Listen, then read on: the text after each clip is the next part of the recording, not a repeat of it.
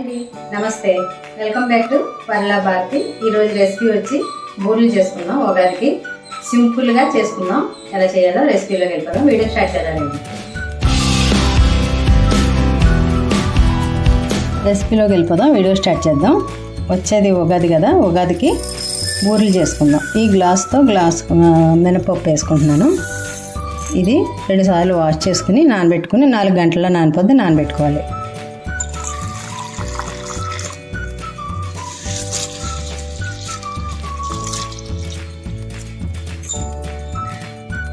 అదే గ్లాస్తో 2 గ్లాసులు రేషన్ బియ్యం తీసుకుంటున్నాను నేను. మీకు ఇంట్లో ఉన్న బియ్యం అయినా వేసుకోవచ్చు. ఇది కూడా 2-3 సార్లు వాష్ చేసుకుని నానబెట్టుకోవాలి.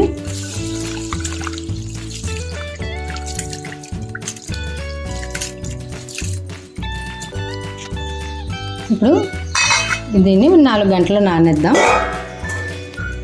స్టవ్ వెలిగించి కళాయి పెట్టుకుని 1 స్పూన్ నెయ్యి వేసుకుందాం. ముందు డ్రై ఫ్రూట్స్ వేపుకుందాం. అదే జీడిపప్పు, బాదం పప్పు, పిస్తా పప్పు.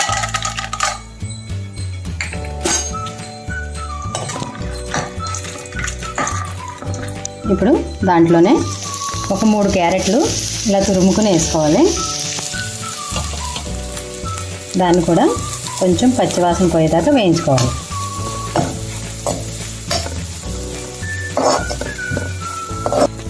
ఇలా ఈ మాత్రం వేగితే చాలు. ఇప్పుడు కొబ్బరి వేసుకుందాం.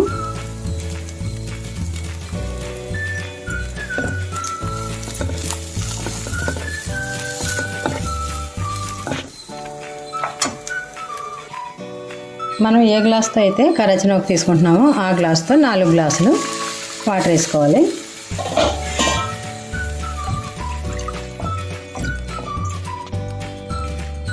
మనం నూక ఏ గ్లాస్తో తీసుకున్నామో అదే గ్లాస్తో పంచదార వేసుకుందాం. గ్లాసున్నర అయితే సరిపోద్ది.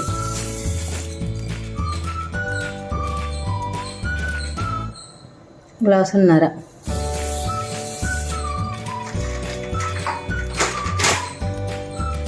ఇప్పుడు ఒక 6 యాలకులు చితక్కొట్టుకుని వేసుకోవాలి.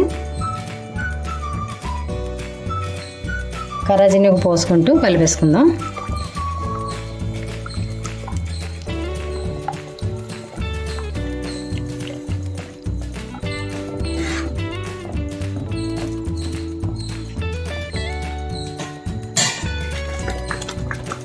సిమ్లో పెట్టి ఒక 5 నిమిషాలు మూత పెట్టి ఉంచుకుంటే మొత్తం మగ్గిపోద్ది.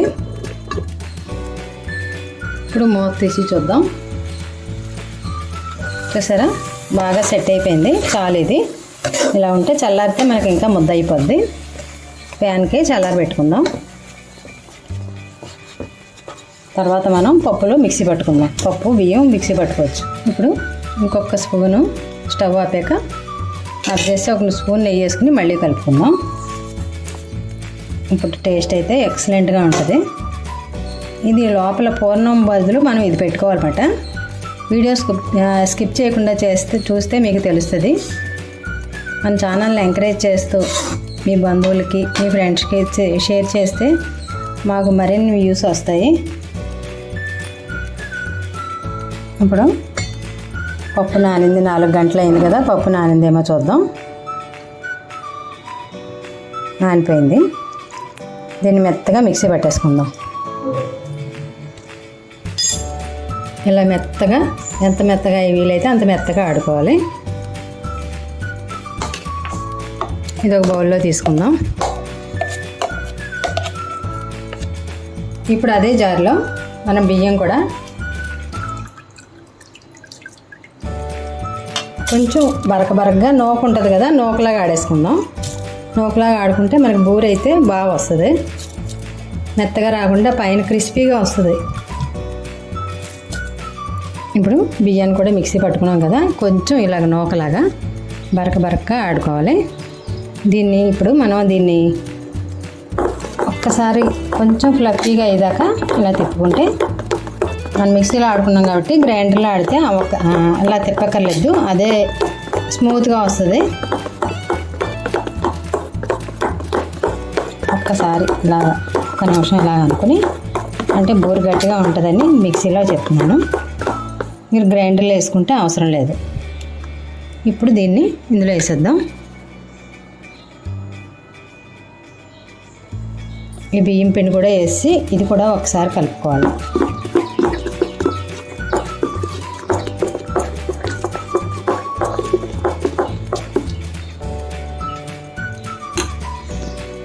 ఇప్పుడు చిన్న బెల్లం ముక్క,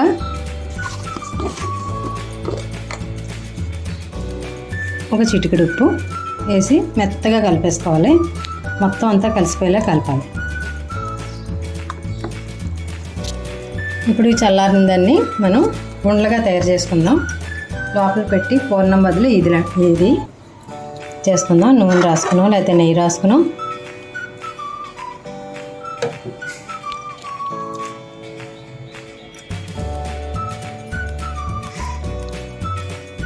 మనకు కావాల్సిన సైజు ఉండలుగా తయారు చేసుకుందాం. ఇదంతా ఉండలు చేసి చూపిస్తాను.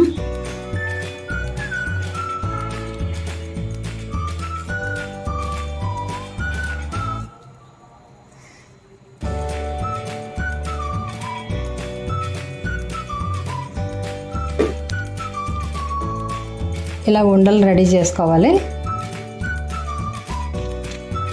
స్టవ్ వెలిగించి కడాయి పెట్టుకుని ఆయిల్ పోసుకుందాం.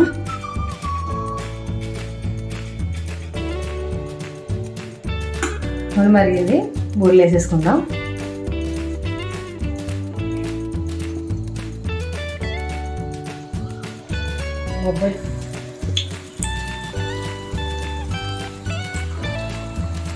బూరి తిరగేసుకుందాం.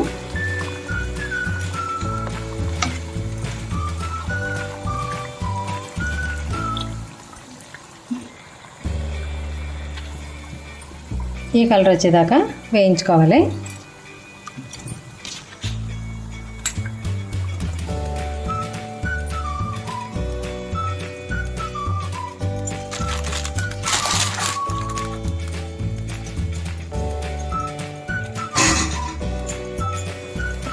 చూసారు కదా, నేను వేసిన పిండికి ఇన్ని బూరెలు అయితే అయినాయి.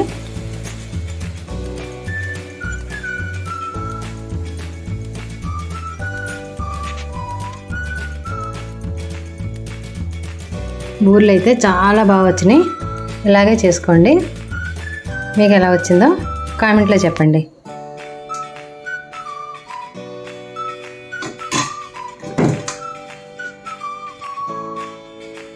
సరే ఎంత బాగా వచ్చినాయో బూరెలు.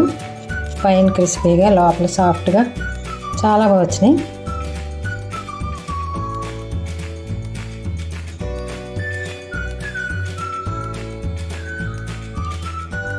చూసారు కదా బూరెలు అయితే నేను ఎలా చేశానో.